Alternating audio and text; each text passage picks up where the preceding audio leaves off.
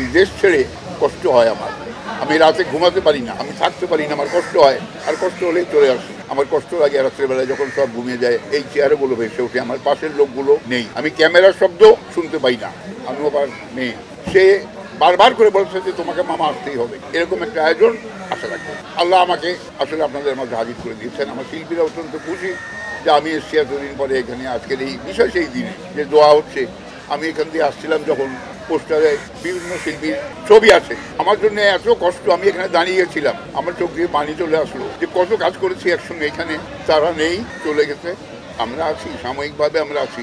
এখানে যারা আছি তারা সবাই কিন্তু একটা কথা মনে রাখবেন, সবাই আমরা সাময়িকভাবে আছি, একদিন আমাদের সবাইকেও চলে যেতে হবে, ঠিক আছে? তো সেই জন্যে প্রস্তুত থাকতে হবে সবাইকে, এবং যতদিন আছেন দুনিয়ায় ভালো কাজ করতে হবে, ভালোমো কর্মকাণ্ড, যা যে এখানে আছেন ভালো করে কর্মকাণ্ড নিজ নিজ জায়গায় করবেন। আমার দোয়া, অন্তর থেকে দোয়া, আমার এই ভাই বোন শিল্পীরা যারা চলে গেছেন তারা সবসময় আমার থাকবে। যতক্ষণ জীবিত আছি তাদের জন্য অবশ্যই আমার দোয়া থাকবে।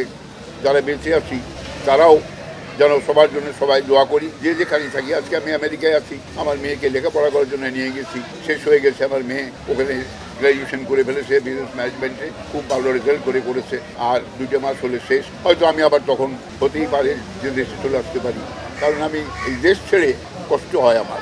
আমি রাতে ঘুমাতে পারি না। এবং একটা কথা আজকে আমি এই ক্যামেরার সামনে বলে দিই যে আমি 6 বছর হলো আমেরিকায় গিয়েছি। 6 বছরে আমি 36 বার আসা যাওয়া করেছি। আমাকে অনেকেই ঢাকায় বলে যে আপনি কোন সময় আমেরিকায় থাকেন আর কোন সময় ঢাকা থাকেন, আমরা বুঝি না। এটা আমার ভালোবাসা, আমি থাকতে পারি না, আমার কষ্ট হয়, আর কষ্ট হলেই চলে আসি।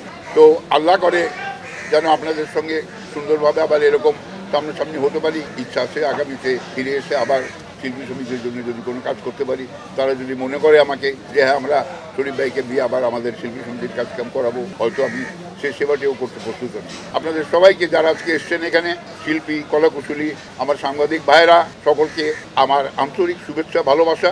আমি আপনাদের কাছে দোয়া চাইবো, কারণ আমি প্রবাসী হয়ে গেছি। প্রবাসী জীবন আসলে খুব কষ্টের।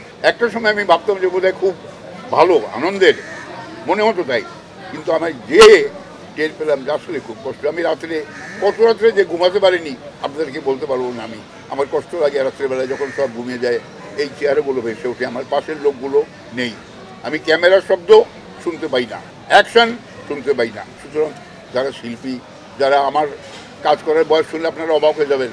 আমি 53 বছর কাজ করলাম ছবির জগতে, 53 ইয়ার্স। আর ছবির সংখ্যা 850-এর উপরে, যেটা গুগলে খুঁজলেও আপনারা পাবেন।